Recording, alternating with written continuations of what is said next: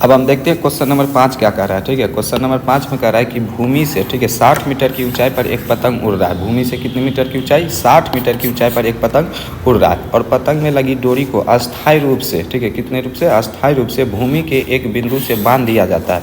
भूमि के साथ डोरी का जो झुकाव है वो 60 डिग्री यानी कि उन्नयन कोण 60 डिग्री है। ठीक है, यह मानकर कि डोरी में कोई ढील नहीं है, आपको डोरी की लंबाई ज्ञात करनी है। तो सबसे पहले आपको एक फिगर बनाना है कि कह रहा है कि भूमि से 60 मीटर की ऊंचाई पर एक पतंग उड़ रही है। तो मान लेते हैं ये भूमि और भूमि से ये मान लेते हैं 60 मीटर की ऊंचाई पर। ठीक है, यहाँ से लाइन सीधा नहीं गया। ठीक है, मान लेते हैं कि ये आपका भूमि कोई पॉइंट बी था, यहाँ से 60 मीटर की ऊंचाई पर एक कोई पतंग आपका ए उड़ रहा है। ठीक है, कोई पतंग उड़ रहा है। अब ये पतंग उड़ रहा है तो पतंग ऐसी सिर्फ सिंगल उड़ेगा नहीं, पतंग में धागा लगा होगा। ये जो धागा इस पतंग में लग रहा है वही यहाँ प्रश्न में कर रहा है कि पतंग से लगी डोरी को अस्थायी रूप से, ठीक है, भूमि के एक बिंदु से बांध दिया जाता है। तो मान लेते हैं कि इस पतंग में जो डोरी लगा होगा, ठीक है, उसको अस्थायी रूप से भूमि के एक बिंदु सी से बांध दिया गया। सी से क्या कर दिया गया? बांध दिया गया है। ठीक है, और इस डोरी में कोई भी ढील नहीं है और ये जो डोरी है, ठीक है, इस भूमि के साथ 60 डिग्री का कोण बना रहा है। कितने डिग्री का कोण बना रहा है? 60 डिग्री का कोण बना रहा है। तो हमें इस डोरी की लंबाई, ये जो एसी है, ठीक है, इस एसी डोरी की लंबाई आपको ज्ञात करनी है। इस एसी डोरी की लंबाई आपको ज्ञात करनी है।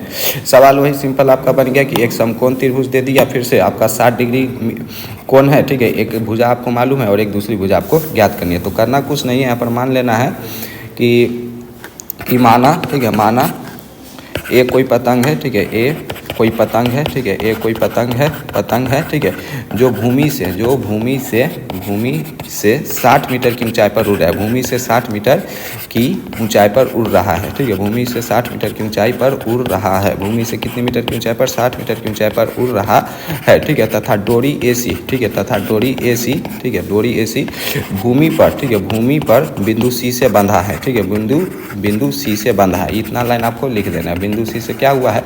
बंधा हुआ है। ठीक है, बंधा है। अब हमें निकालना क्या है? ठीक है, फिर यहाँ पर आपको एक लाइन लिख देना है प्रश्न से और हमें डोरी की लंबाई निकाल देनी है। प्रश्न से जो भी चीज़ आपको दिया हुआ है, ये भी आपको दिया हुआ है 60 मीटर, तो आपको 60 मीटर लिख देना है।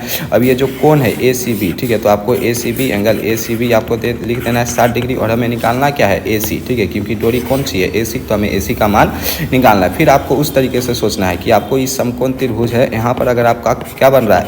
न्यूनकोण बन रहा है, तो ये वाली जो भुजा होगी आपका लंब का काम करेगी। ठीक है, इसको हम पेंसिल से लिख देते हैं। ये वाली जो भुजा आपका लंब का काम करेगी, ये वाला भुजा आपका कर्ण का काम करेगी और ये वाला भुजा आपको आधार का काम करेगी। आपको लंब दे दिया, कोण दे दिया और आपको कर्ण निकालना है। तो लंब और कर्ण, ठीक है, किस त्रिकोणमितीय अनुपात में आता है? तो कहिएगा भैया साइन थीटा और कॉस थीटा में आता है।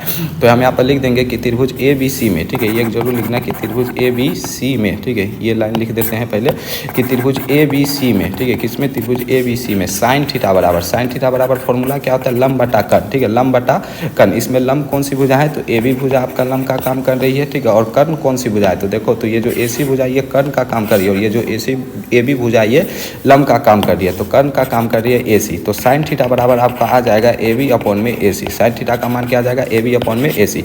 अब थीटा का मान यहाँ पर है कितना? तो थीटा का मान कहिएगा भैया यहाँ पर ये क्या है? 60 डिग्री है। तो यहाँ पर आपको लिख देना है साइन 60। ठीक है, साइन 60 डिग्री लिख देना।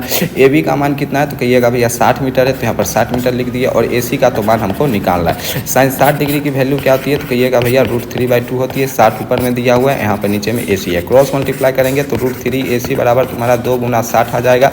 ठीक है, तो यहाँ से तुम्हारा ए सी बराबर 60 गुना 120, ठीक है, बटा में √3 आ जाएगा। सिम फिर वही काम करेंगे।